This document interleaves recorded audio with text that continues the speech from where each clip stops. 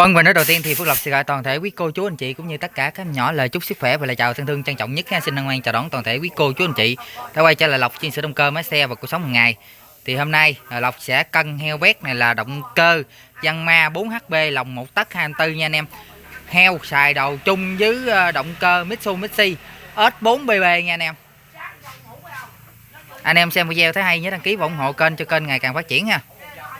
Rồi bây giờ anh Tiền sẽ tháo ra cân bét cho tất cả cô chú anh chị mình xem ha. Rồi cô chú anh chị nào có thật sự yêu mến Lộc thì cứ đăng ký kênh để Lộc ra nhiều cái video thật là hay, đặc sắc, dễ nghĩa nha cô chú anh chị. Và Lộc ở đây là cũng là chuyên phá máy của người ta luôn á cô chú anh chị.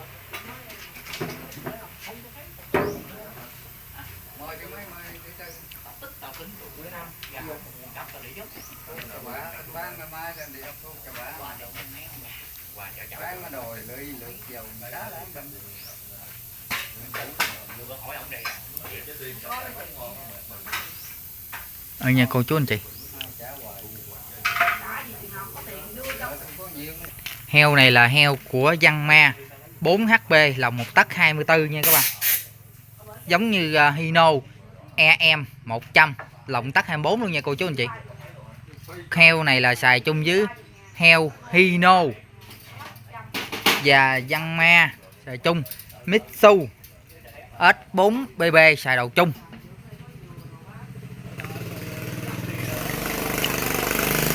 Anh Tiền chút mở cái miếng này nè, ga đang chỉnh dầu nè anh Tiền. Tháo miếng này ra luôn, lấy bét ra rồi cân bét luôn.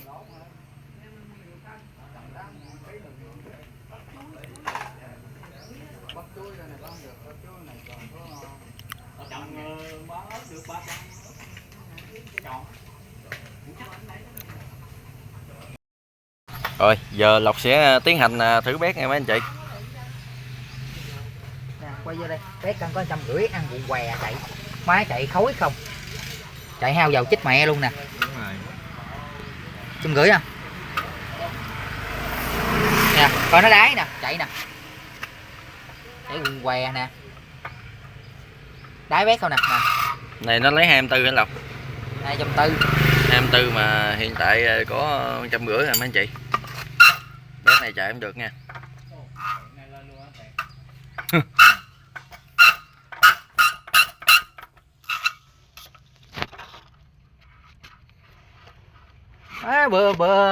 Bữa nhầm bữa chữ nó phản công trời. Tiền ghê thì chứ. Nhầm bữa chữ nó quạo vậy. Bây giờ bùa phép gì ghê quá. Bét 150 sao chạy, nuốt dầu kinh khủng, chạy khối trắng không. Nó đúng rồi đó. Mà cái bánh trớn mà bà của thằng D28. D28 mà đệ hả? Cái bữa mình đặt máy hay là nó tháo con heo với nó làm gì em không biết.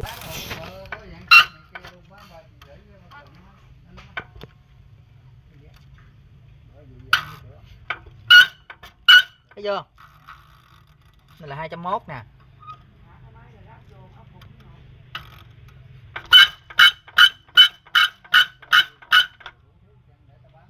Hai trăm tư nè. Ok. Thấy chưa anh chủ? Nè. Nào á. Hết đáy rồi nha. Bài vẽ tháo ra thay bét cho tao. Trời ơi. Nói đúng rồi. Nói đúng rồi, nói Tiền, đúng rồi. thay bét đi làm tiền nè Tiền. Như vậy không có nhiều chân á. Nói đúng mà. Thay bét đi. Bây giờ sống không bài vẽ cũng không có ai thương mình chứ.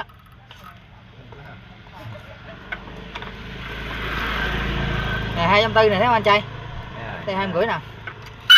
Nè kêu nghe kêu không nè. Hồi nãy ông bơm là thấy nó đáy không đó. Đó bắt đầu lọc bùa nè.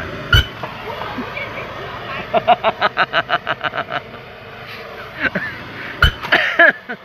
chưa? Ê, chết rồi, chết rồi. Rồi mà chào tao, mà chào tao, bỏ chào chào. Muốn nó trời.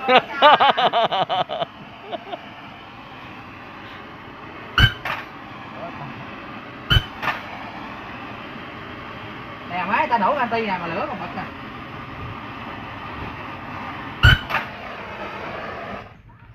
Thấy chưa, chuỗi lông chưa?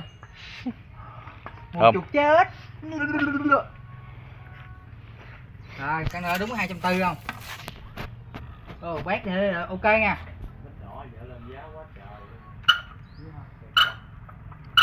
Quá sướng.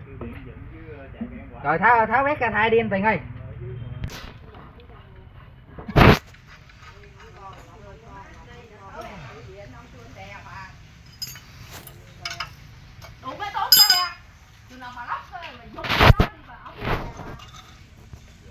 Thấy không? Đúng 240 nha anh trai.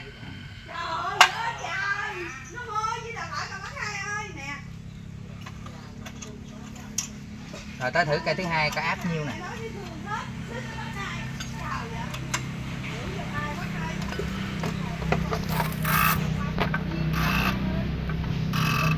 Không gửi à?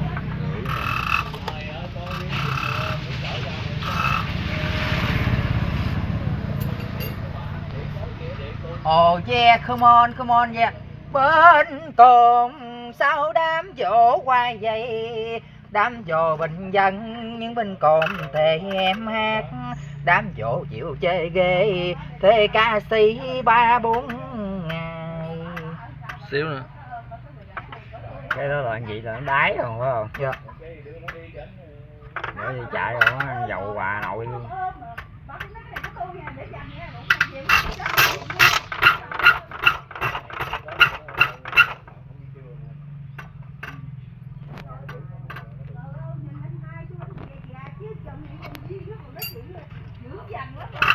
Thấy chưa? 5 lỗ đủ rồi. Đủ. Xương. Đó.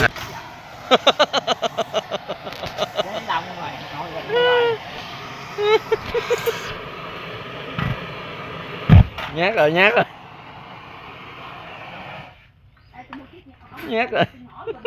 Anh chơi chăn vô cái bét cái chăn nó luôn không rồi.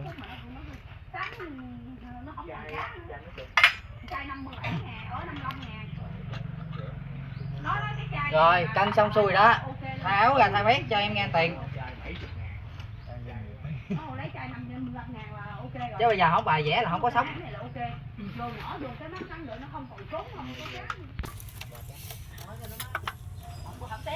Rồi được 170 nè. Đấy chưa?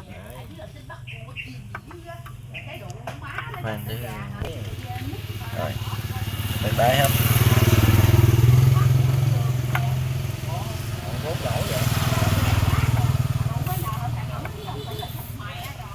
Rồi. 5 lỗ là gì đấy.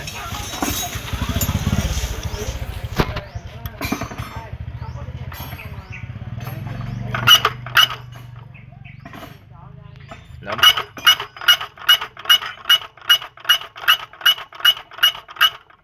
Bởi vì chạy cái máy hồi tự nhiên sao nó Hay lớn, cái hồi tự nhiên cái nó nhỏ lại.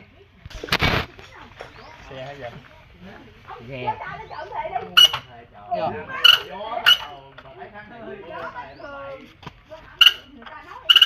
Rồi nè. Xương luôn.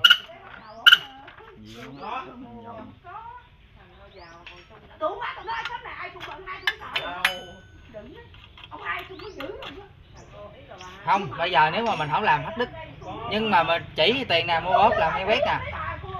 Một chiêu một. Nói anh ơi đi uống cà phê đi rồi xong rồi em làm bét trước người ta lấy bét. Lúc quay lại lấy đúng không? Em phục hồi lên rồi đó, tại bét qua nó đáy chân à, em phục hồi lại mình chỉ chỉnh bét cho vậy thôi. Đó, là mình lấy của người ta Tiền phục hồi. 1,5 triệu, 4 cái bét 1,5 triệu. Đâu phải như căng em ngồi nhìn gì đâu. Đâu trời thấy đâu. Thấy kỳ Tiền nè. Nè, đáy gì Đáy tụt hột luôn nè. Nè, đó. Rồi thấy không? Nè. Đó, thấy không? Anh thấy nó động dầu không? Nhiễu nè, đập luôn nè nè. Nè coi này nha. Đó, thấy chưa? Rồi. Đáy mà. Bởi vì Quá chạy không nổi.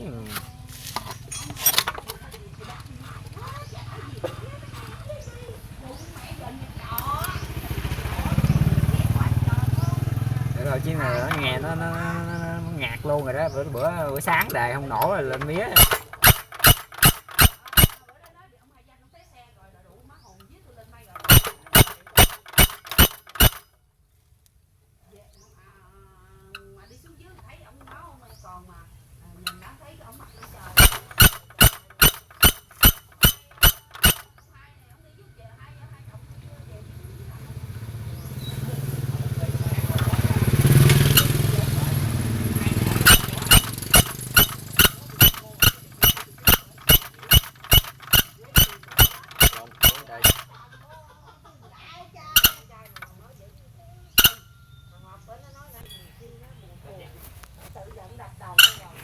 Cái video rồi mấy bữa mới đăng liền luôn hả? Anh có quên thì chắc thức nhắc rồi quên quên sao được quên. 3 giờ có quên. Ok, 5 lỗ. Tôi nói với chị á, tôi không có cấm cản gì trơn á. Bây giờ á nó muốn rước về thì như vậy nè. Bây giờ em giao em như vậy. Hả? Mà tôi nói đây nè. Nó chờ bà nội ơi. Em muốn về á, em phải nằm này kia chứ không phải em nằm nữa đó mà ăn cơm nước đâu đó hoài chứ phải ăn mà để đặt nhà này kia. Ở trai đụng mẹ đâu nằm nữa cũng phải ngồi chở mẹ nằm sắt chứ đâu. Ngày nằm nữa mỗi ngày chịu nổi đâu. Ông nội nữa. Hoặc nằm yên này kia.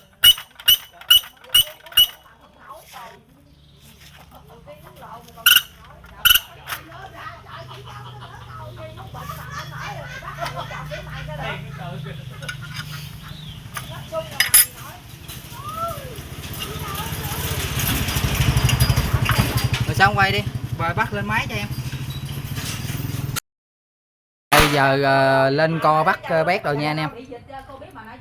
Chưa. Chưa tới một. Bắt co đều rồi nha tất cả cô chú anh chị.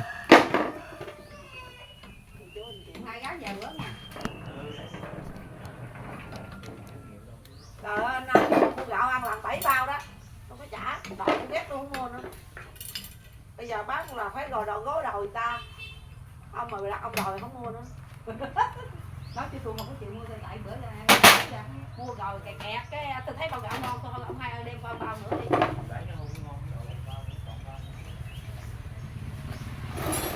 Vậy là còn mấy bao? Không bao. Gạo nó ngon đó, chúng hột nhỏ đó.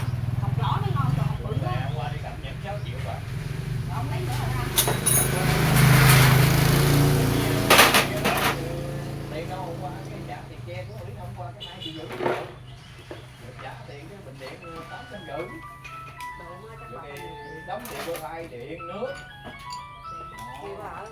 Đóng tiền ngủ ngoại ngủ 2 bà về thì để bà về ai kêu con bà ra chở đi. Alo. Alo nghe.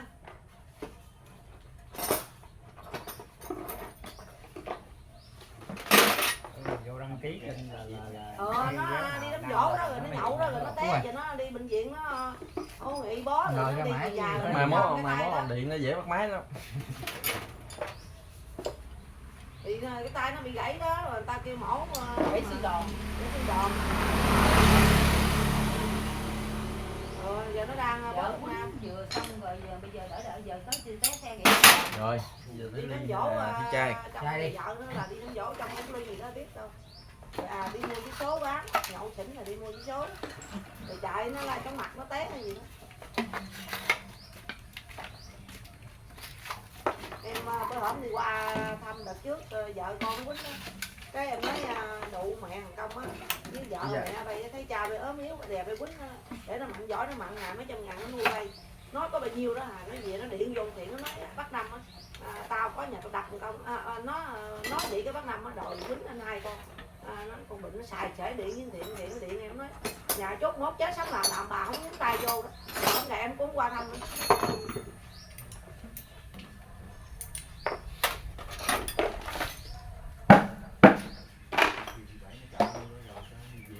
Công đồ gì ở ngoài á bà ơi. Công hai chồng Công gợn bình đồ gì ngoài đây nè. Nó nói là Công gì nó chôn nó giết Công nó làm gì đâu. Nó là Công hổm lên bụng nó ngồi giọng nó Công gì là nó đâm vào trong chuỗi ra là đâu có còn. Mà nó nói nó có đâm đâu. Gái cũng quýnh mà trai cũng quýnh. dâu cũng quýnh luôn nữa. Nó thằng công leo lên mình nó dậm con năm ơi, thằng công leo mình em nó dậm. Con dâu tôi nó chối tôi, con Bình với con dâu tôi chối tôi. Đó vợ nó mới năn nỉ xuống nữa kìa, tao không tới là hỏi bụng người mấy năm vậy thằng này gãy xương mà. Gãy xương Bây giờ về nhà hỏi nó tinh hợp tôi ghét hôm nay tôi đâu qua đâu, hôm qua tôi qua gì khi mà nói ở đâu á. Chiều khác rồi nha.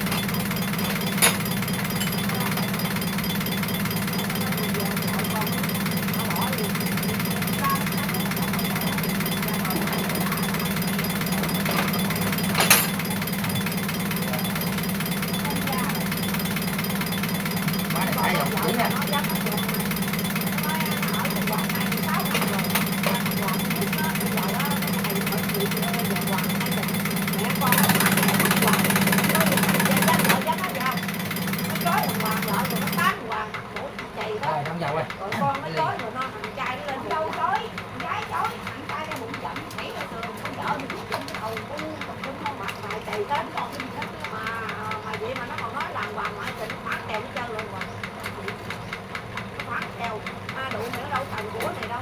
Ba đứa con nó trả là cái sắp tôi mà nó bán đất của ba 5 công tỷ mấy bạc cái nhà rồi trả nợ mà nó không ăn gì qua để sao ăn thích nó không ăn cái xạo hết mà cho đứa con nó còn cái nhà nó bị ngọn chỗ giờ nó ngọn chỗ á giờ vợ mổ mắt đâu mà ra tiền chồng cái tay ra thằng tiền còn mấy trăm triệu đó cái nhà đó rồi mà để con ruột con hút năm đứa con nó rồi ăn hết rồi đó rồi làm giờ lúc em cũng không có đường vợ hay cái đường chồng để con trai để cái phòng đó đâu đâu không có đường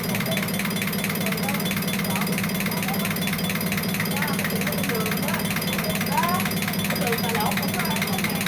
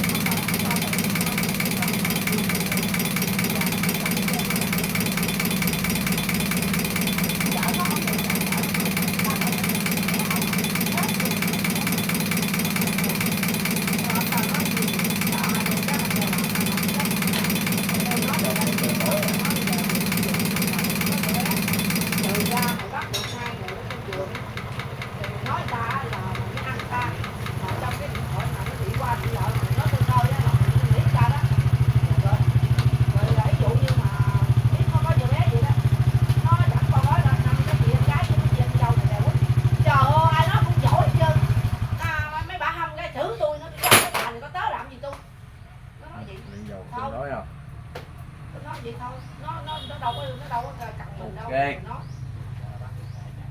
Bắt được tại chặn ta ở trên giường nữa anh mới được quyền nói chứ mà điện thoại lên cơ mà anh nó phóng nó dưới nha đi miễn ra đó non xíu. 4 ngàn tích này không? bởi vậy cái đậu chị rồi làm sao mà nắm chị chật bớt ổng đậu 4 ngàn tích liền không? cái chừng mà bỏ chiếc xe là ớt bà làm cái sai ngoài leo bà hai cái dai cũng đó bà hai dai nó chứ không nói đâu Chơi wow.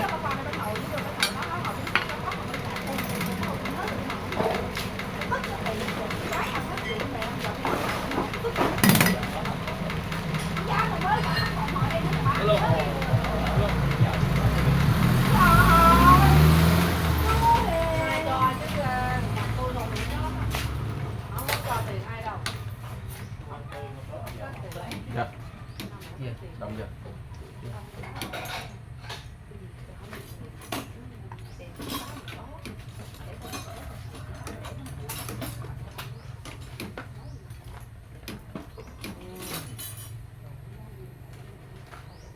Trời ơi, còn mạnh dữ trời. Còn kiếm ăn được. Vậy hả? Trời, tưởng mấy đồ bưng nổi tao mở ra nửa cái thôi. Vậy chứ còn kiếm ăn được.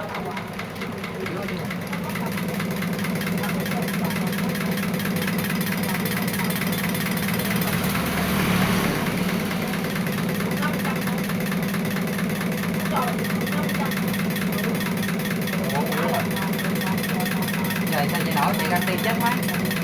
Đúng rồi bố. Không, thoải mái còn không?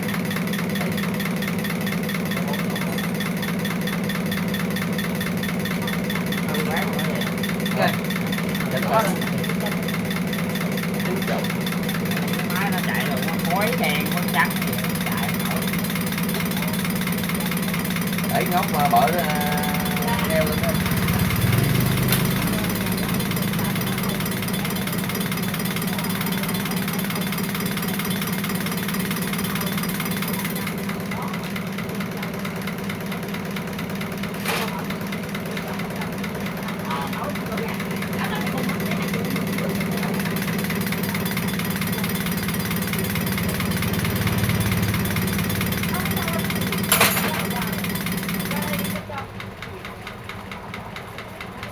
Vâng.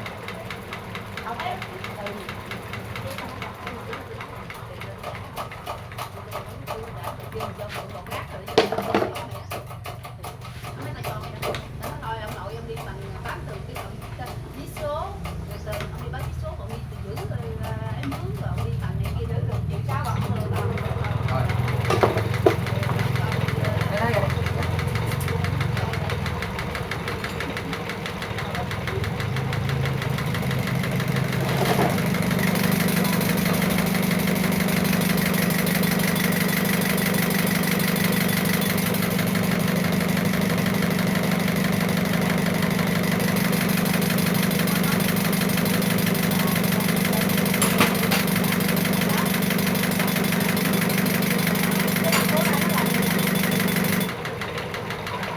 Vâng.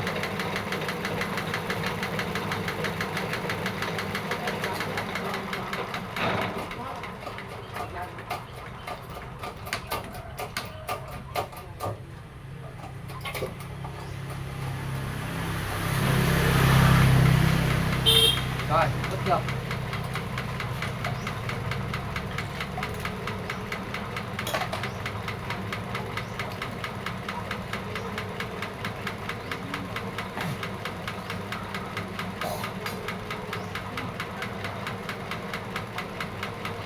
Cái này chắc mốt lấy mới kịp quá chứ Dũng. Để qua đi không? Đi coi coi phải cái máy không? Má cho văng quá trời kìa anh Tiền ơi. Chắc ra đây. Để hạ thắt xuống miếng rồi. Hỏi sạch ra đi.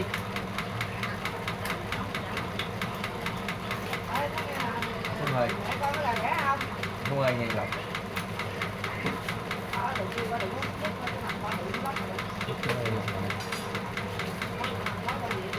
Ngã điện thoại, cái có điện thoại mới xài.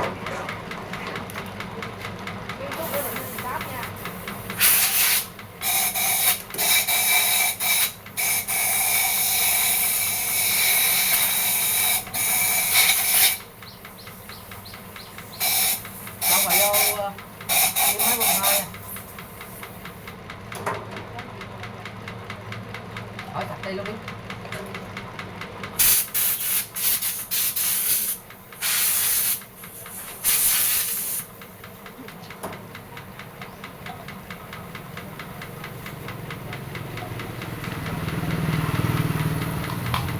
Thấy văng nữa rồi đó. Để nó thấp xuống.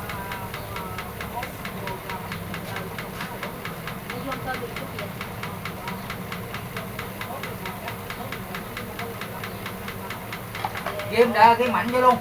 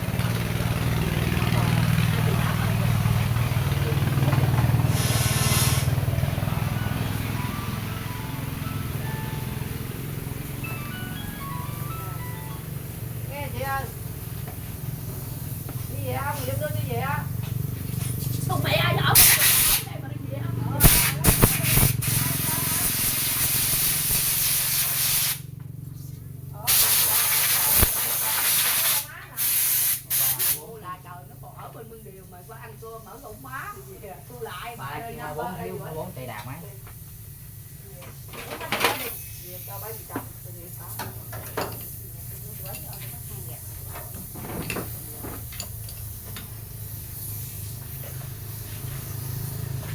đó giờ nó đẹp người ta cũng chết rồi.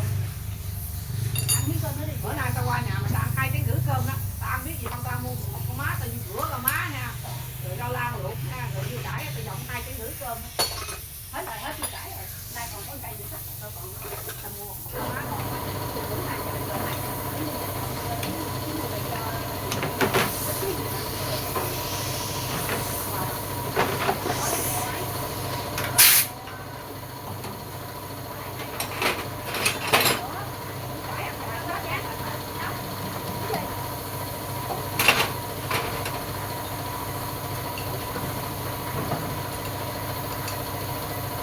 Ăn như giòn giả ăn ghê không? Chị chứ lấy 2,5 triệu á.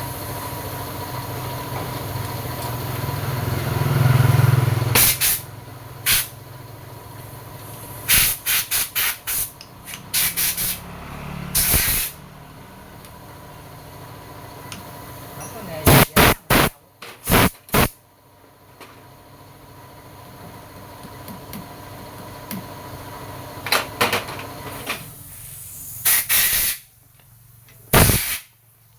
Rồi, con dầu, bỏ ly rồi sạch nha.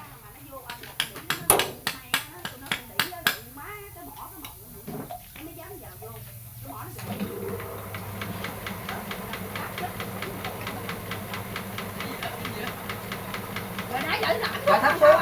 Không, Nó văng. thấp xuống mới văng đừng cãi. Đó, cãi đâu? Cãi đâu? Cãi. Nãy thấp xuống hỏi văng. Hồi nó lên lại. Xúc dầu ra hết đi, lúc mới qua miếng lạnh xì á. Đủ cái ly á.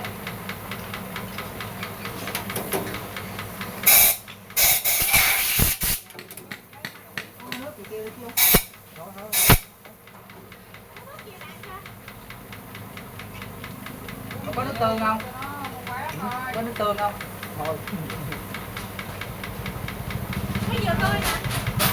Rồi, để vô ha. Dạ. Đường chút rồi đấy. Dạ dạ. Rồi rồi. Rồi rồi. Đâu, để có chiếc này cái máy cái gì không? Rồi đi, một đi.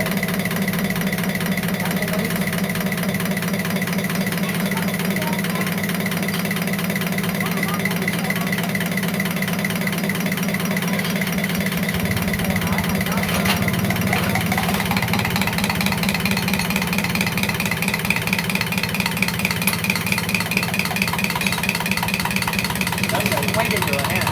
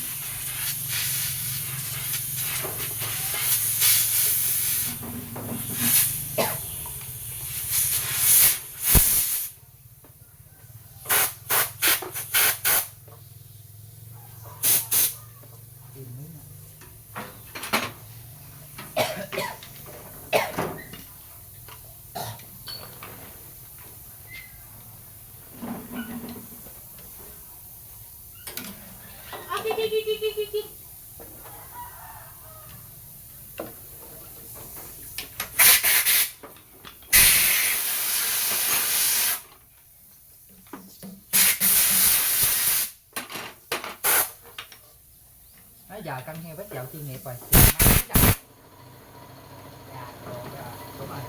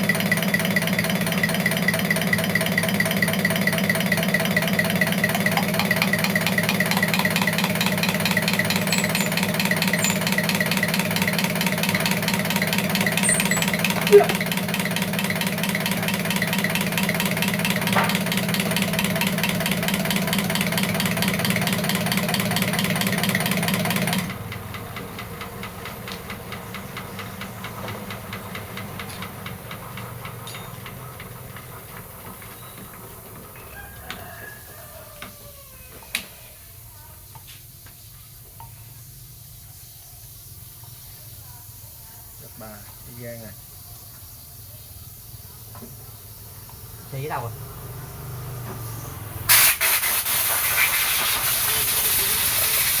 Oh my god. Lụm rồi. Giờ gì nữa trời? Tiếng đúng rồi. Trời.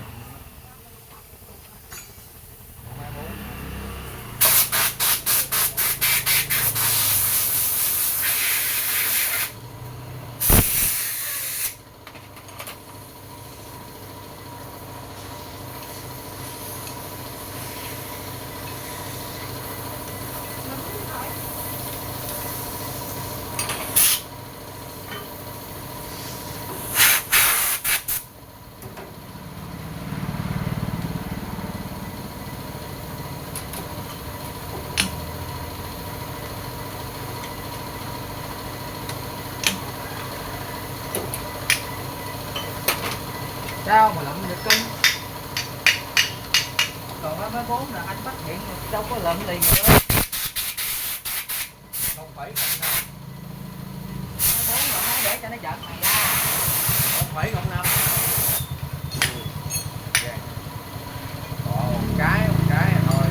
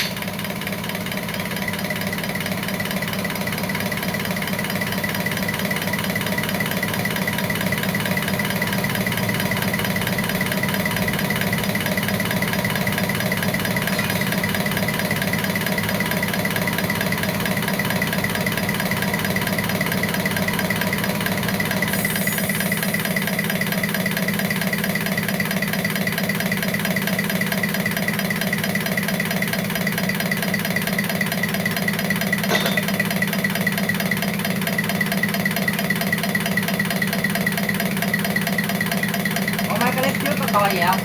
Đó. Ra căng bên băng mình căng nó tiện đúng là lọc tà lao đúng không? Nói thì mình làm ta chạy ok là người ta chạy á, người ta biết không rồi. Đợi bà đó. Có mấy anh thôi là kể mấy anh hả? Bây giờ Mấy anh làm tôi chạy được hả? làm sao làm những chạy ok được rồi. Đâu cần phải máy dữ đâu.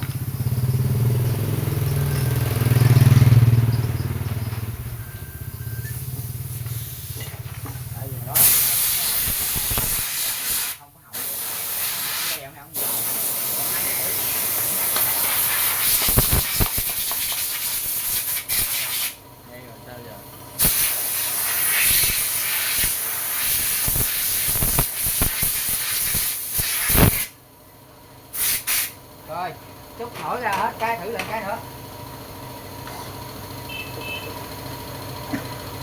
Ăn heo này quá dễ anh em ơi, chưa được vài chục phút quá dễ dàng.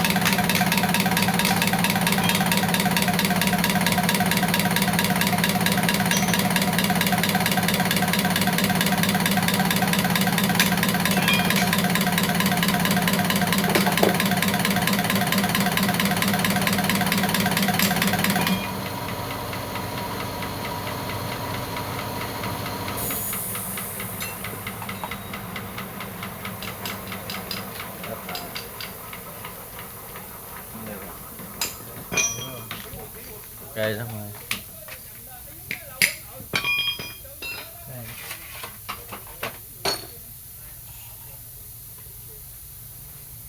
Đây đó. Đấy là uống nước cái đi anh, đi dàn sao anh nghe gì sao ông sầm sao? Gì? Nghe gì sao ông sầm anh anh coi.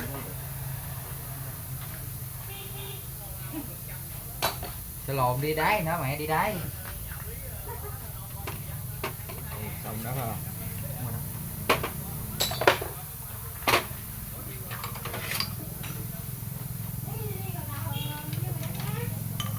Cái máy rồi dưới nó đúng tầng không? Gì? Mình bắt này lại là nó khác rồi. Dưới cạnh lại nè.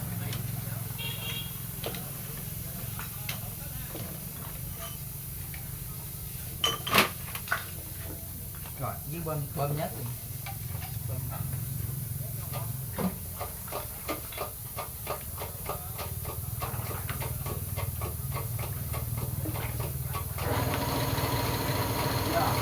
Bơm đi.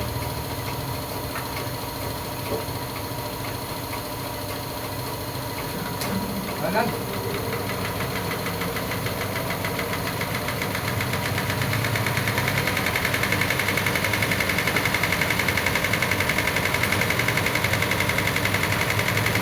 Rồi đưa 4 cái chai đi rồi.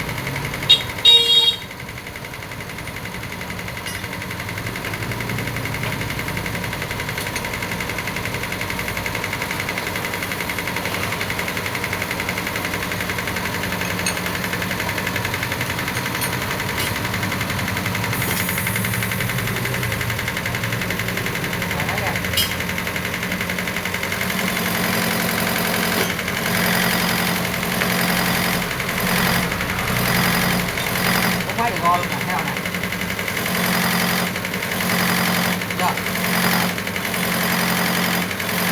Đều hết 4 máy luôn. Cái này là có ga này.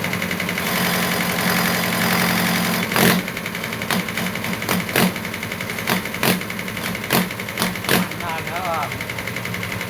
Bởi vì đủ cái máy uống tiền nó chạy không nổi.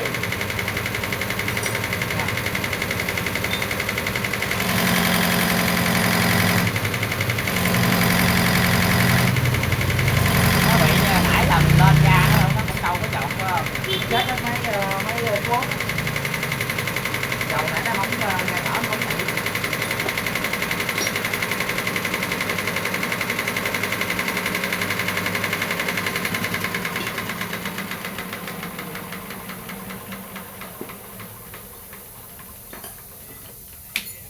Nè giờ cân xong rồi nè, lăn nhẹ thôi khỏi lên ga Dũng cũng có nữa nè.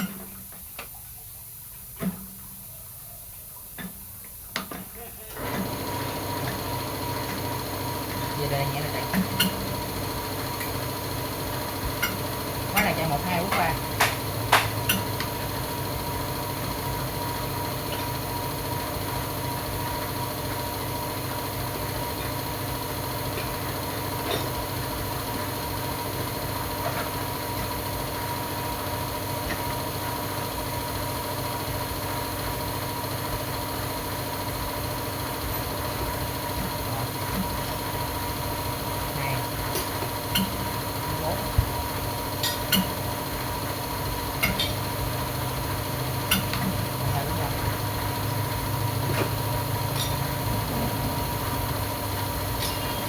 Chỉ là nói mới biết chứ.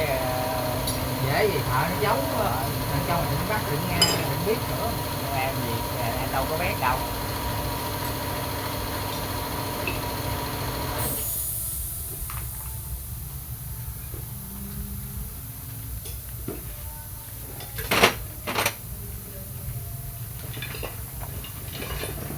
Bây giờ có người vì tiền mà người ta làm, biết người người ta còn làm được mà, có người ta làm từ thiện.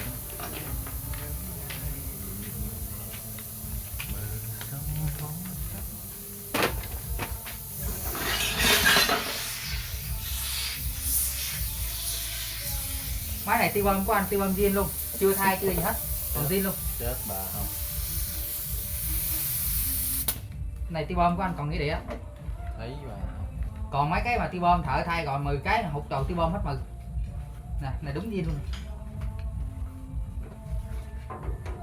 Chỉ cho mốt phân biệt nha. Để không thôi bị vẽ hoài mệt lắm. Hết vẽ rồi, gặp anh là hết vẽ rồi. Nhưng mà nhầm khi mấy anh không hiểu, mấy anh chạy 1 2 năm tụi anh vẫn quay lại em cân heo quét, tại vì heo quét dầu bây giờ cái thứ nhất là dầu bị nước, chứ đâu phải mà cân con heo và cái mà chạy suốt đời đâu. Đúng rồi. Giống như máy mình chạy mình cũng phải bằng, nhưng mà có nhiều anh em á thì người ta biết, người ta vẫn quay lại, có nhiều anh em á thì nó là cân như đầu cắt của người ta. Cái gì cũng phải hư hao mòn theo thời gian chứ đâu hư qua đâu mà xài hoài.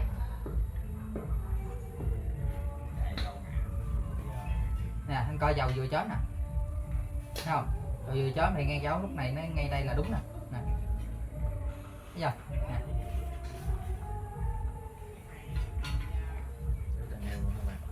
Thằng heo ngay đó luôn á. Ủa làm dấu luôn mà, đi được rồi. Rồi gạch số 1 2 3 4 cho em.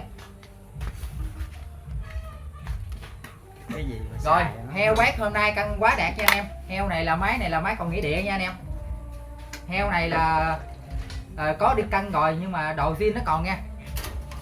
Chỉ là quýnh mấy cái đời cho đều dầu ra thôi. Đồ của anh này đồ zin, mình thì làm không bài vẽ nha. Bếp zin của ảnh mình vẫn để nguyên lại luôn nha cô chú anh chị. Rồi xin chào, hẹn gặp lại anh em vào cái video khác.